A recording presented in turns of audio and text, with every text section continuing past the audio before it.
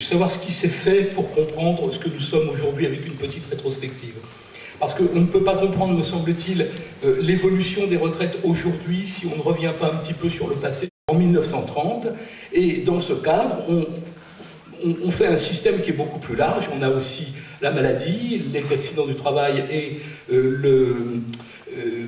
les allocations familiales, et on est dans un système totalement assurantiel où les prestations sont corrélées avec les cotisations.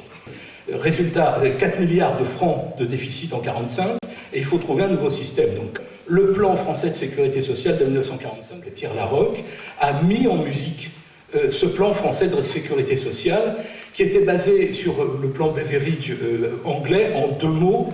On changeait le système assurantiel, on changeait la donne individualiste en disant « je cotise, j'aurai une rente proportionnelle à ma cotisation ».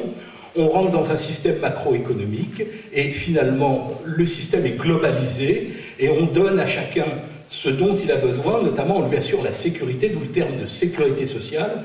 On lui assure la sécurité contre les accidents de la vie, c'est une grande avancée.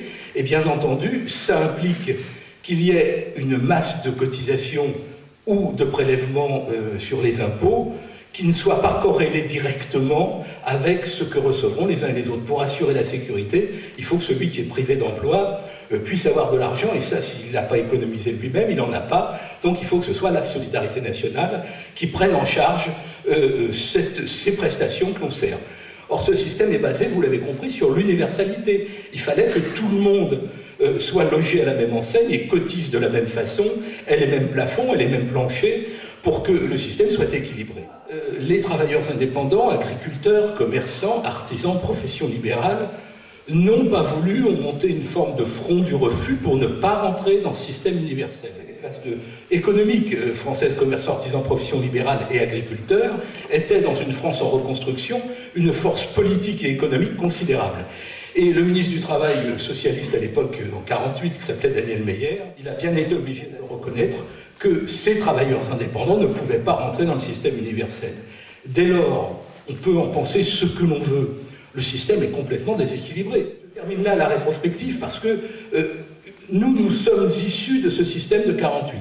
1948 est créée la CNAVPL avec 15 caisses, dont celle des avocats. Sont créés également l'organique pour les professions industrielles et commerciales, la Concava pour les artisans, et les agriculteurs restent à part avec un système tout à fait particulier. Dernière partie de mon intervention, le nouvel avatar de l'assurance vieillesse, commerçants-artisans, le régime social des indépendants. Le régime commerçants-artisans était très demandeur à la compensation, qu'ils étaient déficitaires, étaient mal gérés, il y avait des frais de gestion, et il a germé dans l'esprit de 3 ministres l'idée qu'on pouvait faire un régime commun, commerçants, artisans et professions libérales. La catastrophe était annoncée parce que les ministres ont voulu aller vite, les systèmes étaient complètement détériorés. Ce que nous devons remettre en cause, c'est la mauvaise gestion et le mauvais positionnement de l'État qui a fait des choix qui étaient des choix coûteux et inefficaces.